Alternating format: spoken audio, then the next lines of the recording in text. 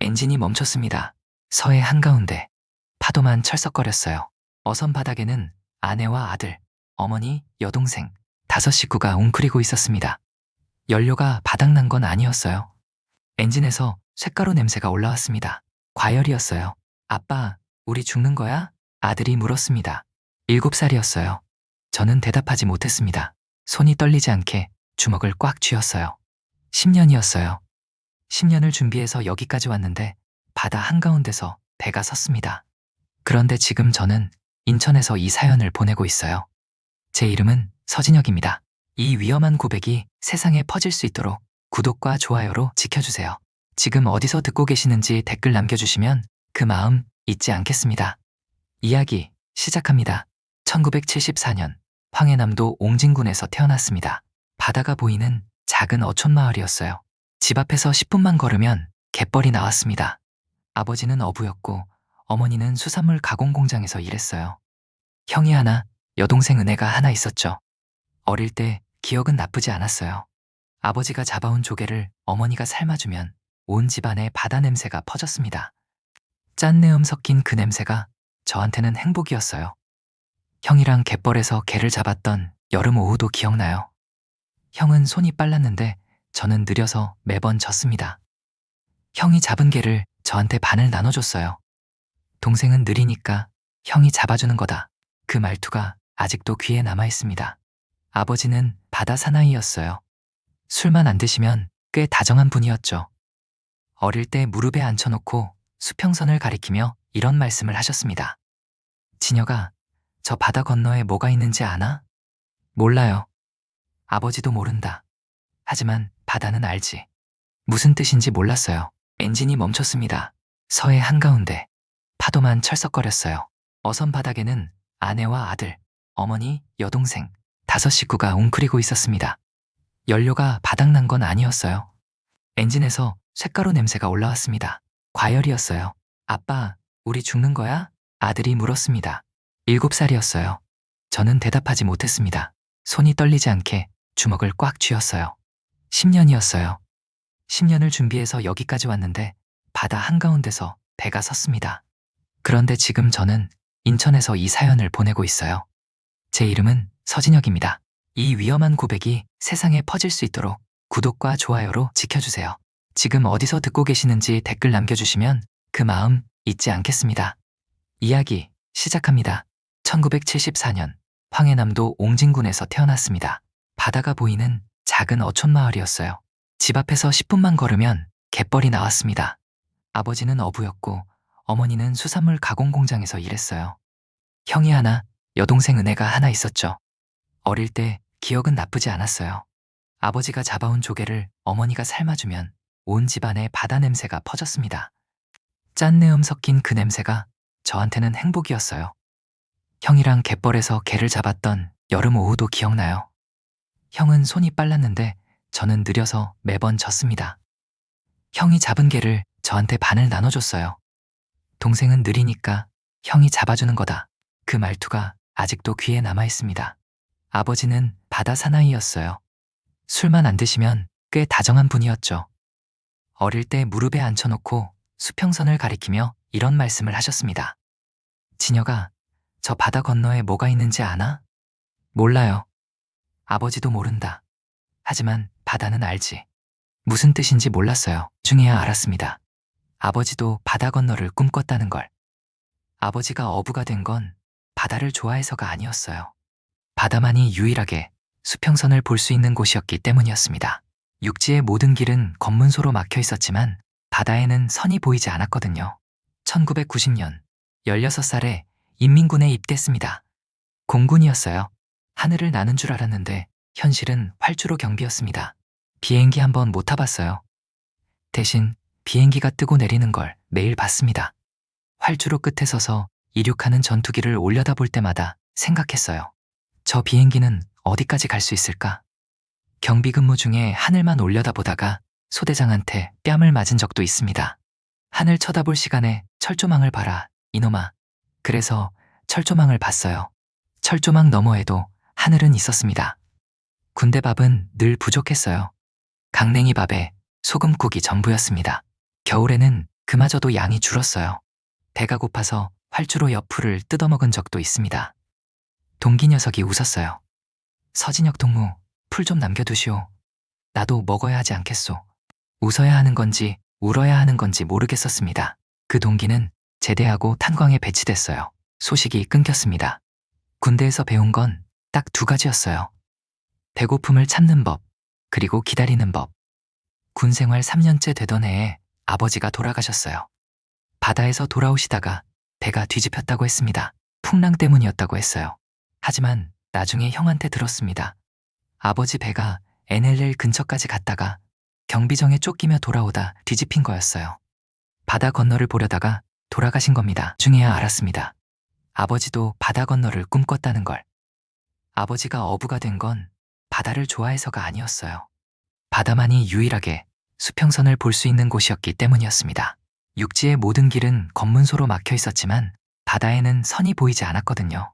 1990년 16살에 인민군에 입대했습니다. 공군이었어요. 하늘을 나는 줄 알았는데 현실은 활주로 경비였습니다. 비행기 한번 못 타봤어요. 대신 비행기가 뜨고 내리는 걸 매일 봤습니다.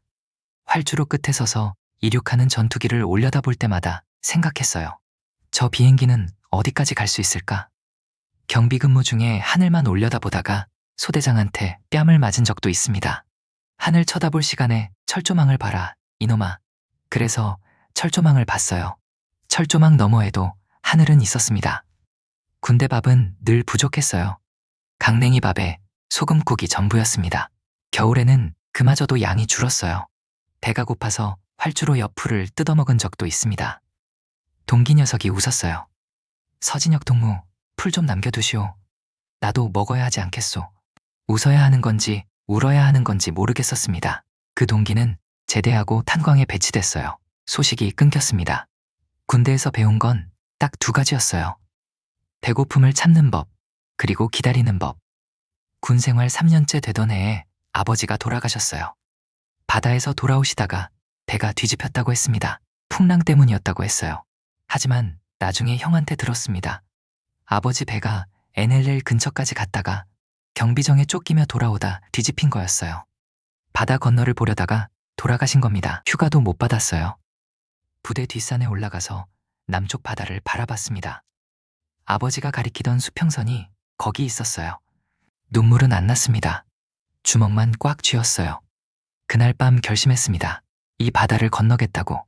아버지가 못 간 그 수평선 너머로 제대 후 수산사업소에 배치받았습니다. 배를 다루는 기술을 익혔어요. 엔진 정비, 조류 읽기, 야간 항해. 남들은 물고기를 잡으려고 배웠지만 저는 다른 이유였습니다. 표면적으로는 모범 노동자였어요. 매년 표창을 받았습니다. 표창장을 받을 때마다 속으로 셌어요. 1년, 2년, 3년, 아직 아니다.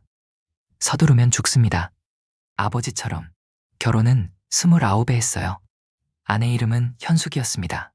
수산물 가공 공장에서 일하는 조용한 여자였어요. 처음 만난 날 아내가 생선을 다듬고 있었습니다. 손이 참 빨랐어요. 칼이 비늘 위를 지나가는 소리가 일정했습니다. 동무, 생선 다듬는 거 참 잘하시오. 뭘요? 매일 하는 건데. 그게 첫 대화였어요. 아내는 말이 적었습니다. 대신 손이 많은 사람이었어요. 추운 날, 제 주머니에 몰래 삶은 감자를 넣어줬습니다. 말 없이요. 그 따뜻함이 좋았어요. 결혼하고 2년 뒤에 아들 민수가 태어났습니다. 아들을 안아본 순간 계획이 바뀌었어요. 혼자 가려던 바다를 가족과 함께 건너야 했습니다. 리스크가 5배로 늘었어요. 휴가도 못 받았어요. 부대 뒷산에 올라가서 남쪽 바다를 바라봤습니다. 아버지가 가리키던 수평선이 거기 있었어요. 눈물은 안 났습니다. 주먹만 꽉 쥐었어요. 그날 밤 결심했습니다. 이 바다를 건너겠다고. 아버지가 못 간 그 수평선 너머로 제대 후 수산사업소에 배치받았습니다. 배를 다루는 기술을 익혔어요. 엔진 정비, 조류 읽기, 야간 항해. 남들은 물고기를 잡으려고 배웠지만 저는 다른 이유였습니다. 표면적으로는 모범 노동자였어요. 매년 표창을 받았습니다. 표창장을 받을 때마다 속으로 셌어요. 1년, 2년, 3년, 아직 아니다. 서두르면 죽습니다. 아버지처럼. 결혼은 29에 했어요. 아내 이름은 현숙이었습니다. 수산물 가공 공장에서 일하는 조용한 여자였어요. 처음 만난 날 아내가 생선을 다듬고 있었습니다. 손이 참 빨랐어요. 칼이 비늘 위를 지나가는 소리가 일정했습니다. 동무, 생선 다듬는 거 참 잘하시오. 뭘요? 매일 하는 건데. 그게 첫 대화였어요. 아내는 말이 적었습니다. 대신 손이 많은 사람이었어요. 추운 날, 제 주머니에 몰래 삶은 감자를 넣어줬습니다. 말 없이요. 그 따뜻함이 좋았어요. 결혼하고 2년 뒤에 아들 민수가 태어났습니다. 아들을 안아본 순간 계획이 바뀌었어요. 혼자 가려던 바다를 가족과 함께 건너야 했습니다. 리스크가 5배로 늘었어요. 하지만 이 아이를 두고 갈 수는 없었습니다. 민수가 처음 웃은 날, 그 웃음소리가 감청실에서 듣던 라디오처럼 따뜻했어요. 이 아이한테는 삼각김밥을 고르는 세상을 보여주고 싶었습니다. 아내에게 말한 건 민수가 3살 되던 해였어요. 밤에 이불 속에서 속삭였습니다. 현수가, 나 할 말이 있어. 뭔데요? 바다를 건너려고 하오. 아내가 한참 동안 아무 말이 없었어요.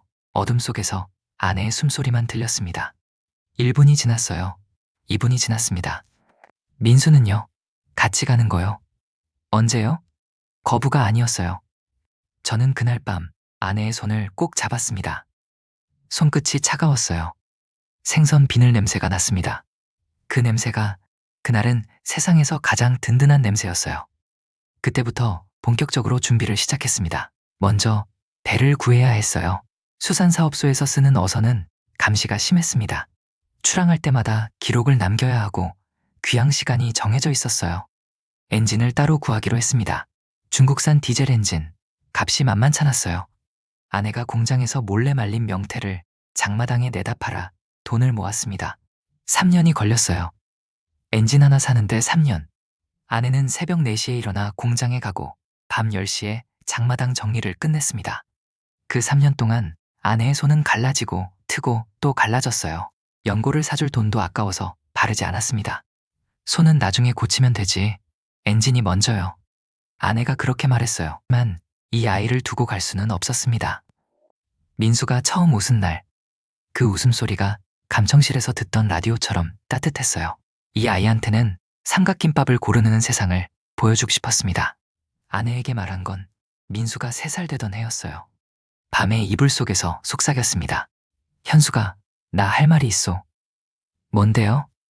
바다를 건너려고 하오. 아내가 한참 동안 아무 말이 없었어요. 어둠 속에서 아내의 숨소리만 들렸습니다.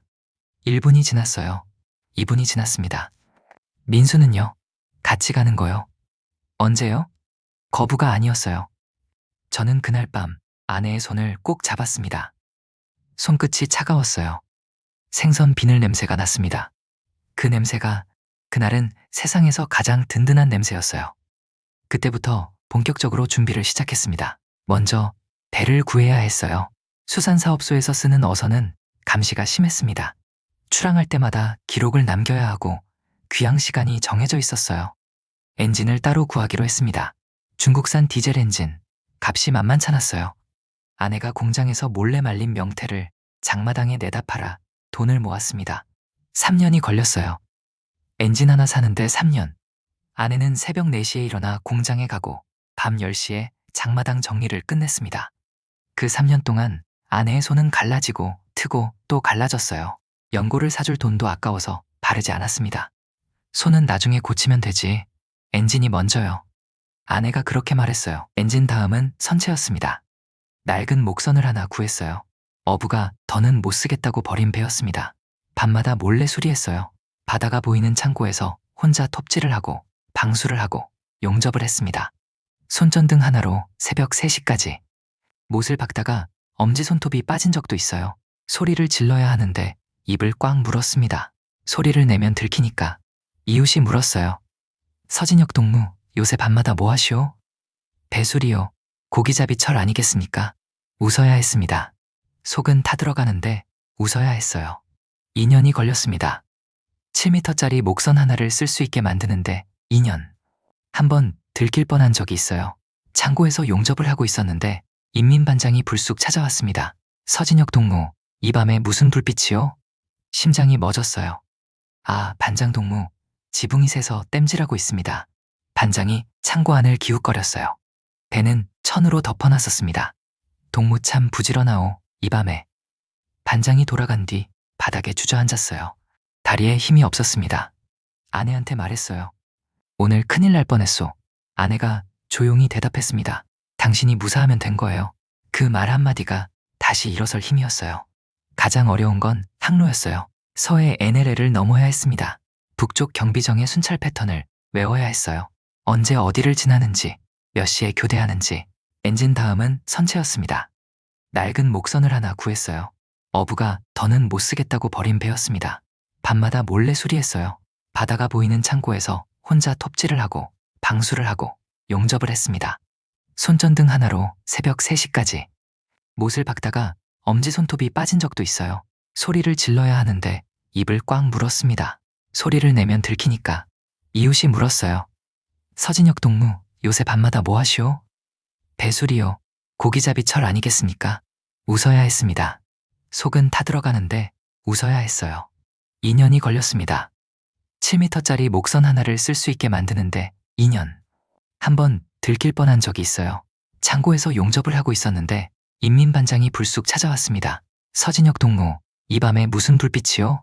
심장이 멎었어요. 아, 반장 동무. 지붕이 새서 땜질하고 있습니다. 반장이 창고 안을 기웃거렸어요. 배는 천으로 덮어놨었습니다. 동무 참 부지런하오. 이 밤에. 반장이 돌아간 뒤 바닥에 주저앉았어요. 다리에 힘이 없었습니다. 아내한테 말했어요. 오늘 큰일 날 뻔했소. 아내가 조용히 대답했습니다. 당신이 무사하면 된 거예요. 그 말 한마디가 다시 일어설 힘이었어요. 가장 어려운 건 항로였어요. 서해 NLL을 넘어야 했습니다. 북쪽 경비정의 순찰 패턴을 외워야 했어요. 언제 어디를 지나는지, 몇 시에 교대하는지 1년을 관찰했습니다.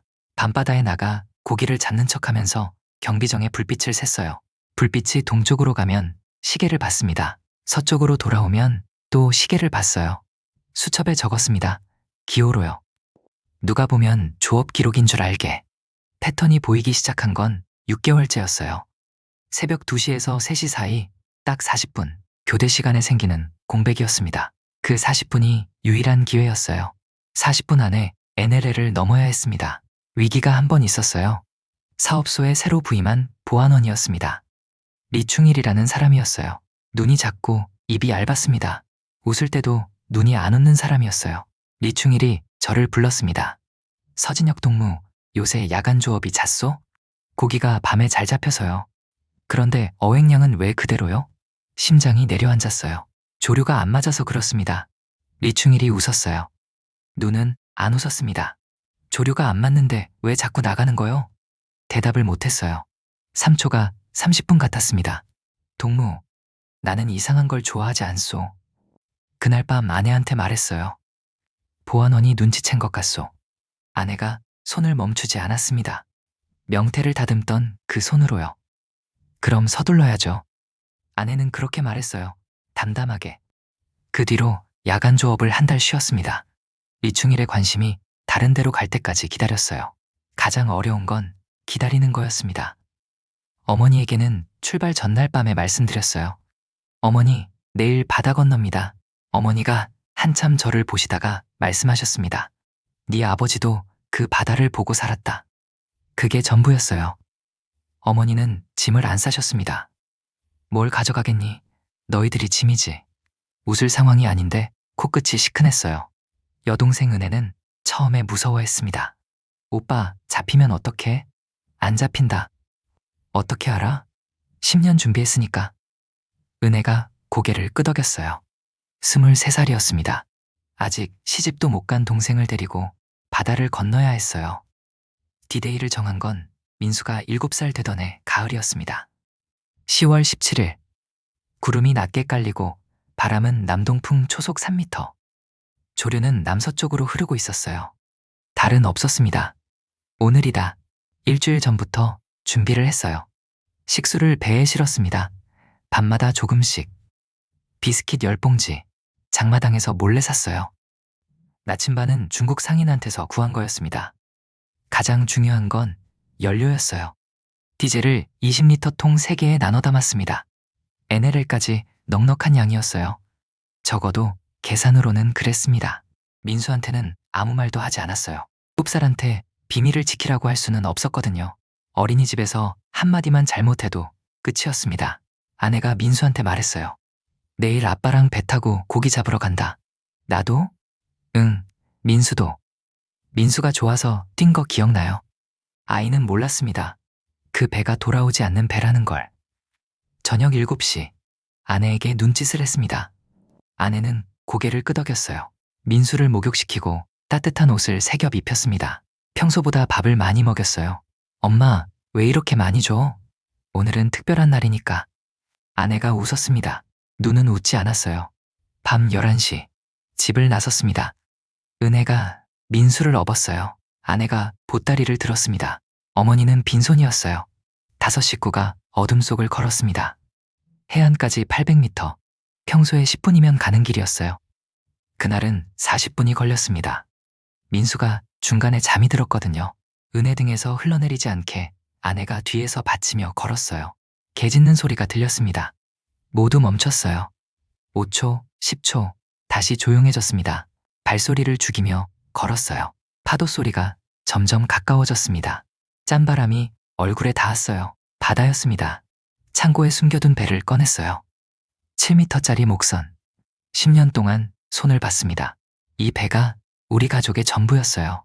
바다에 띄우는데 15분이 걸렸습니다. 모래에 발이 빠졌어요. 아내와 둘이서 밀었습니다. 배가 물에 뜬 순간 아내가 중심을 잃고 넘어졌어요. 바닷물이 아내의 허리까지 찼습니다. 괜찮소? 가요, 빨리. 아내의 목소리가 떨리지 않았어요. 3년 동안 명태를 말리던 그 손으로 배전을 잡고 올라왔습니다. 자정을 넘겼어요.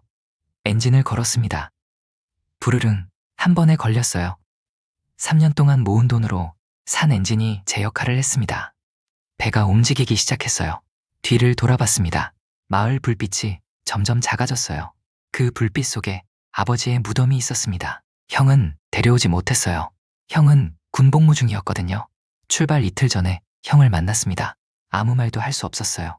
바다를 건넌다는 말을 하면 형이 공범이 되니까. 형이 먼저 말했어요. 진혁아, 요새 얼굴이 왜 그러냐? 아닙니다. 좀 피곤해서. 형이 제 어깨를 잡았습니다. 무슨 일 있으면 말해라. 형이잖아. 대답을 못했어요. 고개만 끄덕였습니다. 돌아서는데 형이 뒤에서 말했어요. 진혁아, 예, 건강해라. 그게 마지막이었습니다. 형은 알고 있었는지도 모릅니다. 건강해라. 그 한마디가 가라는 뜻이었을 수도 있어요. 은혜가 뒤를 돌아보고 있었습니다. 오빠, 응. 우리 집 불 아직 켜져 있을까? 꺼졌을 거다. 그러겠지. 은혜가 고개를 돌렸어요. 앞에는 아무것도 보이지 않았습니다. 어둠과 파도뿐이었어요. 하지만 우리는 앞으로 갔습니다. 처음 30분은 조용했어요. 파도가 잔잔했고 바람도 예보대로였습니다. 민수는 아내 품에서 자고 있었어요. 어머니는 뱃전에 앉아 수평선을 보고 계셨습니다. 아버지가 늘 바라보던 그 방향이었어요. 은혜는 바닥에 쪼그려 앉아 두 손을 모으고 있었습니다. 기도인지 두려움인지 모르겠어요. 새벽 1시, 멀리서 불빛이 보였습니다. 경비정이었어요. 심장이 바닥으로 내려앉았습니다. 엔진을 끌까? 아니, 끄면 조류에 밀려 되돌아갑니다. 속도를 줄였어요. 최저 속도로 파도 소리에 엔진 소리를 묻었습니다. 불빛이 점점 가까워졌어요. 어머니가 조용히 손을 모으셨습니다. 은혜가 민수를 안고 바닥에 납작 엎드렸어요. 아내가 제 팔을 잡았습니다. 손에 힘이 들어가 있었어요. 불빛이 서쪽으로 꺾었습니다. 멀어졌어요. 점점 작아졌습니다. 숨을 내쉬었어요. 하지만 아직 안 됐습니다. NLL까지 15km가 남아 있었어요. 새벽 2시 10분, 엔진에서 이상한 소리가 났습니다. 쿵, 쿵쿵. 금속이 부딪히는 소리. 쇳가루 냄새가 올라왔어요. 과열이었습니다. 엔진이 멈췄어요. 바다 한가운데서 배가 섰습니다. 파도만 철썩거렸어요. 아내가 저를 봤습니다. 눈이 마주쳤어요. 구름이 짙어서 아내 얼굴이 보이지 않았습니다. 하지만 아내가 무슨 생각을 하는지는 보였어요. 아빠, 우리 죽는 거야? 민수가 깨어 있었습니다. 10년이었어요. 엔진 3년, 선체 2년, 항로 1년, 기다림 4년. 그 모든 게 서해 한가운데서 멈춘 겁니다. 5분이 지났어요. 10분이 지났습니다. 엔진 덮개를 열었어요. 손전등으로 비췄습니다. 냉각수가 말라 있었어요. 바닷물을 퍼서 부었습니다. 쇳가루가 끼어 있었어요. 맨손으로 쇳가루를 긁어냈습니다. 손가락에서 피가 났어요. 느끼지 못했습니다. 은혜가 옆에서 바닷물을 퍼다 줬어요. 아내는 민수를 안고 노래를 불러주고 있었습니다. 어떤 노래였는지 기억이 안 나요. 다만 아내 목소리가 떨리고 있었습니다. 어머니는 여전히 손을 모으고 계셨어요. 15분 뒤 시동을 걸었습니다. 1번, 안 걸렸어요. 2번, 안 걸렸습니다. 3번째, 부르릉, 엔진이 살아났어요. 은혜가 소리를 질렀습니다. 쉿, 소리를 낼 수 없었어요. 하지만 모두의 눈이 웃고 있었습니다. 새벽 3시 40분, 수평선 너머로 불빛이 보이기 시작했어요. 북쪽 불빛이 아니었습니다. 남쪽이었어요. 섬이었습니다. 저게 남쪽이요? 아내가 물었어요. 그렇소. 아내가 민수를 흔들었습니다. 민수야, 일어나. 저기 봐. 민수가 눈을 비비며 불빛을 봤어요. 불이 많다. 아이 입에서 나온 첫 마디였습니다. 불이 많다. 그 말이 가슴을 찔렀어요. 우리 마을에는 불이 없었거든요. 정전이 일상이었습니다. 이 아이는 태어나서 한 번도 밤에 화난거리를 본 적이 없었어요. 새벽 4시 20분, 덕적도 앞바다에 도착했습니다. 해경이 우리를 발견했어요. 확성기에서 한국말이 들려왔습니다. 정지하십시오. 소속을 밝히십시오. 저는 서서 소리쳤어요. 황해남도에서 왔습니다. 가족 5입니다. 목이 갈라졌습니다. 10년 동안 혼자 삼키고 있던 말이었거든요. 해경배에 옮겨 탄 순간 담요를 줬습니다. 따뜻한 담요였어요. 북에서는 군용 담요도 솜이 빠져서 종이처럼 얇았거든요. 이 담요는 두꺼웠어요. 부드러웠습니다. 은혜가 담요를 얼굴에 대고 냄새를 맡았어요. 이거 무슨 냄새야? 모르겠다. 좋은 냄새야. 섬유유연제 냄새였습니다. 우리는 그게 뭔지 몰랐어요. 해경이 컵라면을 줬습니다. 민수가 한 젓가락 먹고 눈이 커졌어요. 아빠, 이게 뭐야? 라면이란다. 매일 먹어도 돼? 매일 먹어도 된다. 아내가 고개를 돌렸어요. 입술을 꽉 깨물고 있었습니다. 눈가가 빨개졌지만 울지 않았어요. 어머니가 바닥에 주저앉으셨어요. 60년 넘게 사신 분이 아이처럼 무릎을 꿇고 계셨습니다. 땅이구나. 그 한마디였어요. 아내가 어머니를 안았습니다. 은혜가 달려왔어요. 민수가 제 다리를 잡았습니다. 하나원에서 3개월을 보냈어요. 처음으로 온수가 나오는 샤워를 했습니다. 뜨거운 물이 등을 타고 흘러내릴 때 멍하게 서 있었어요. 북에서는 겨울에 냇물로 씻었거든요. 뜨거운 물이 이렇게 쉬운 거라는 걸 그때 처음 알았습니다. 민수는 하나원에서 에스컬레이터를 처음 탔어요. 무서워서 제 손을 꽉 잡았습니다. 3번째 타고 나서야 혼자 탈 수 있었어요. 4번째부터는 웃으면서 탔습니다. 아이가 웃는 걸 보면서 생각했어요. 10년이 헛되지 않았다고. 저는 5 식구 가운데 서서 하늘을 올려다봤어요. 구름이 걷히고 있었습니다. 별이 보였어요. 아버지가 가리키던 수평선 너머에 있던 것. 바다는 알고 있었습니다. 나중에 알게 된 사실이 있어요. 그날 밤 경비정이 서쪽으로 꺾은 건 원래 순찰 경로가 아니었습니다. 레이더에 잡힌 다른 어선을 확인하러 간 거였어요. 우리가 아니라 다른 배를요. 20분만 늦었어도 우리가 잡혔을 겁니다. 10년의 계획이 20분 차이로 살아남은 거였어요. 인천에 정착한 지 올해로 20년이 됩니다. 처음 한국에 왔을 때 가장 놀란 건 마트였어요. 아내랑 마트에 갔는데 라면이 200종류가 넘었습니다. 아내가 진열대 앞에서 멈췄어요. 1분이 지났습니다. 2분이 지났어요. 5분. 뭘 고르시오? 아내가 대답을 안 했어요. 어깨가 떨리기 시작했습니다. 배 위에서도, 해경 앞에서도, 하나원에서도 안 울던 사람이었어요. 라면 진열대 앞에서 아내가 무너졌습니다. 소리 없이 울었어요. 한참을.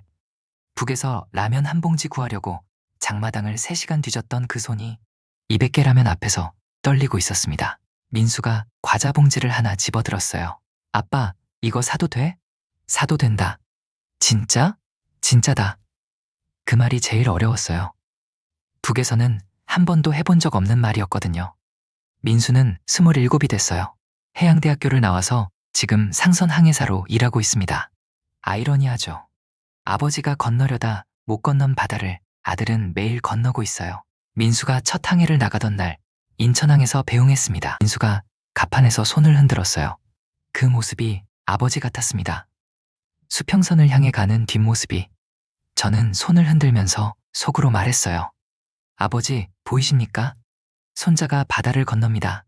이번에는 돌아오는 바다입니다. 은혜는 결혼해서 아이 둘을 낳았습니다. 큰애가 올해 초등학교에 들어갔어요. 편의점에서 삼각김밥을 당연하게 고르는 아이를 보면 웃음이 나요. 은혜가 가끔 전화해서 말합니다. 오빠, 나 그날 밤에 진짜 무서웠어. 알아. 근데 오빠는 안 무서웠어? 무서웠지. 그때 왜 안 무서운 척했어? 무서워하면 너도 못 탔잖아. 은혜가 웃어요. 그런데 큰 도로에서 트럭이 지나가면 아직도 몸이 굳는다고 했습니다. 지난주에도 전화가 왔어요. 오빠, 나 또 그랬어. 트럭 소리 듣고 다리에 힘이 풀려서 주저앉았어. 괜찮아? 괜찮아. 근데 사람들이 쳐다봐서 창피했어. 자유를 얻은 지 20년이 됐는데도 그래요. 아내는 인천 어시장에서 생선 가게를 합니다. 손이 여전히 빨라요. 칼이 비늘 위를 지나가는 소리가 아직도 일정합니다. 손은 여전히 갈라져 있어요. 연고를 사줘도 안 발라요. 손이 갈라져야 잘 잡히지. 아내는 여전히 말이 적습니다. 형은 아직 데려오지 못했어요. 북에 있습니다. 소식을 모릅니다. 브로커를 통해 2번 연락을 시도했어요. 한 번은 전화가 끊겼고 한 번은 번호가 바뀌어 있었습니다. 형이 살아있는지조차 모릅니다. 우리가 탈북한 뒤 형에게 어떤 일이 있었을지 연좌제가 적용됐을 수도 있어요. 생각하면 가슴이 조여옵니다. 가끔 갯벌에서 개를 잡던 여름 오후가 떠올라요. 동생은 느리니까 형이 잡아주는 거다. 그 목소리가 들립니다. 인천 어시장에서 대게를 볼 때마다 형 생각이 나요. 형, 기다려. 꼭 데리러 갈게. 10년 걸렸잖아. 한 번 더 기다릴 수 있어. 어머니는 3년 전에 돌아가셨어요. 마지막 말씀이 있었습니다. 진혁아, 고맙다. 저는 고개를 끄덕였어요. 대답을 못했습니다. 목이 막혔거든요. 아버지가 못 간 수평선 너머에서 어머니는 20년을 사셨어요. 그것만으로도 된 거라고 스스로 말합니다. 가끔 인천항에 나갑니다. 수평선을 봐요. 아버지가 가리키던 그 방향을. 저 바다 건너에 뭐가 있는지 아나? 이제는 압니다. 가족이 있었어요. 자유가 있었습니다. 그리고 바다는 처음부터 알고 있었어요. 제가 꼭 하고 싶은 말이 있습니다. 10년이 걸려도 됩니다. 20년이 걸려도 괜찮아요. 포기만 하지 않으면 바다는 길을 내줍니다. 여러분이 지금 마시는 커피 한 잔, 누군가에게는 10년을 걸어야 닿는 거리에 있었어요. 아, 그리고 하나만 더. 아내가 요새 저한테 매일 하는 말이 있거든요. 당신 생선 가게 안 도와줄 거야? 도와주고 있습니다. 다만 손이 아내만큼은 안 빨라서요. 긴 이야기 들어주셔서 감사합니다. 저는 서진혁이었습니다.